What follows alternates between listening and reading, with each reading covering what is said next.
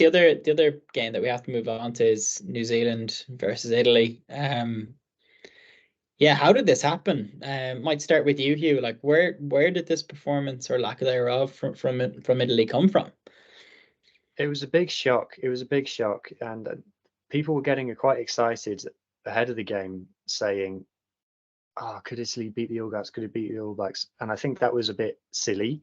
I never really expected Italy to actually beat the All Blacks at a World Cup, but I expected a close game, and I expected maybe Italy to give the All Blacks a bit of a wobble at some point.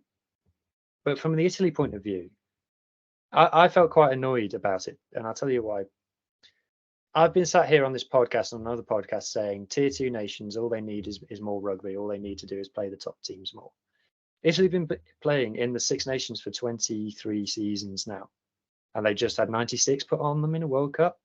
And with Italy, it's just always like, when is it going to start going? And you can give me all the stats about how long it took France to win a Five Nations when they joined it and everything, but it's the professional era now.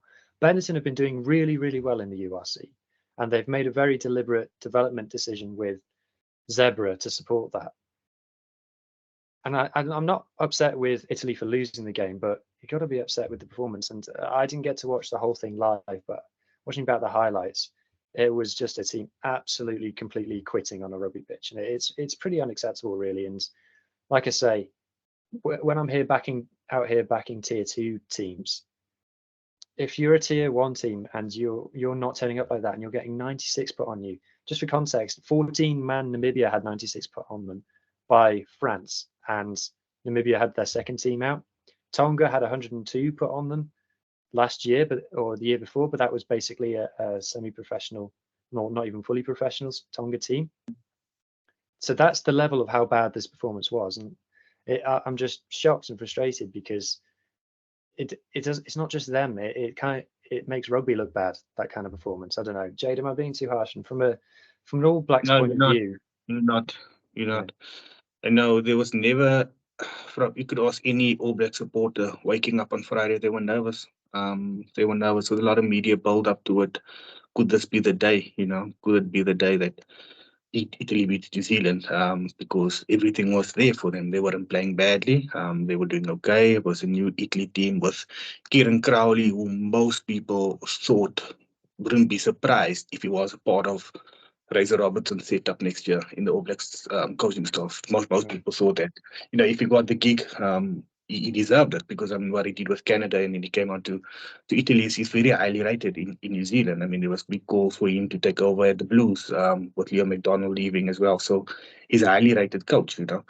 Most people do think that he will be a part of the All Black team in the future. I'm not sure after Friday's game if that's still the case, but no, everybody was nervous. I also felt, I don't know. Everybody's asking me, why are you nervous? And I'm like, it's Italy. Don't be nervous. But I just had this gut feeling. And when the game started, it's like they never stuck to the guns. They did everything that people told them don't do against New Zealand. They did it. They kept the ball. They never had a kicking game. They never kept New Zealand back. They weren't physical enough. They struggled at scrum time, at line-out time, made coach killing mistakes. I mean, 2 5-meter line-out drives was easy pickings for Retallick and Fritzel. It wasn't even a hard line-out to read. It was an easy part for them to set up and jump. I really didn't expect it from them. I thought with Kapuso, Ioni, Kopisi, all of those guys, they really have something there. I was telling everybody this Italy team is different, but I think they just had that phobia of playing the All Blacks and expecting yeah. to get a high link against them. And that's what happened. They fell for the name instead of and gave the All Blacks too much respect.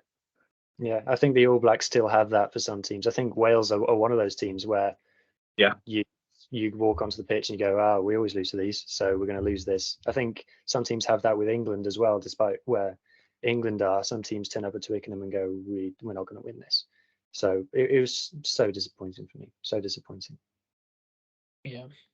One issue I just want to put to bed briefly, and I did mention this in the scoop, but for anyone who thinks Italy, like that, there's going to be promotion or relegation introduced into the Six Nations, it's simply not going to happen. I kind of like everyone, like we're all disappointed in Italy's performance today, and we like it is frustrating them seeing them not do well each season and in each Six Nations particularly. But there's no way in hell the IRFU are going to vote to introduce promotion and relegation and risk being relegated down. Like it's just simply never going to happen. And I think we just need to focus on Italy and the positives there and what we need to do to help Italy improve. But I just find it so boring listening to people saying, the simplest fix is promotion or relegation. Like maybe it is, but it's simply not going to happen if you understand how the Six Nations works. Yeah, absolutely.